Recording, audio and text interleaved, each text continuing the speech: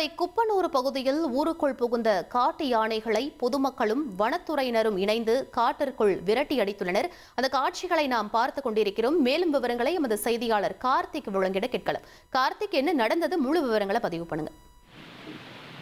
வணக்கம். கோவை மாவட்டம் மேற்கு தொடர்ச்சி மலை அடிவாரம் அமைந்துள்ள தொண்டாமுத்தூர், நரசிபுரம், குப்பனூர் உள்ளிட்ட பகுதிகளில் அவ்வப்போது உணவு தேடி காட்டு யானைகள் வருவது வழக்கம். இந்த நிலையில் நேற்று இரவு குட்டிகளுடன் 6 காட்டு யானைகள் குப்பனூர் இருக்கக்கூடிய பகுதியில் இருக்கக்கூடிய விவசாய நிலங்களில் புகுந்து அங்க இருக்கக்கூடிய பயிர்களை உணவாக உட்கொண்டு அங்க இருக்கக்கூடிய பயிர்கள் மற்றும் உணவு தண்ணீர் குழாய்களை சேதப்படுத்தியதாக தெரிகிறது.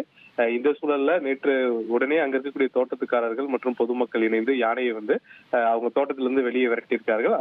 இது தொடர்பாக வனத்துறைக்கும் தகவல் கொடுத்திருக்கார்கள். இருவரும் இணைந்து அந்த யானையை அடர் வனப்பகுதிக்கு விரட்டக்கூடிய காட்சிகள் தான் நம்ம பார்க்கக்கூடிய காட்சிகளாக இருக்கு. மேலும் வனத்துறையினரிடம் பொதுமக்களும் விவசாயிகளும் என்ன கோரிக்கை வைக்கிறாங்கன்னா, இரவு நேரங்கள்ல வனத்துறையின் அதிகமான ரோந்து குழுக்களை அமைக்க வேண்டும்.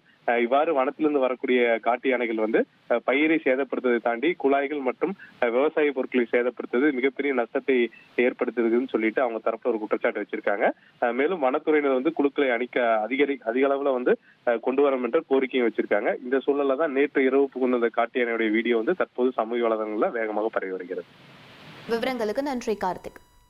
ட்ரெண்ட ஃப்ரெண்ட் ஆக்கிக்கோங்க. தந்தி டிவியின் சப்ஸ்கிரைபர்ஸ் அண்ட் ஃபாலோவர்ஸ் குடும்பத்துல நீங்களும் இணையுங்க.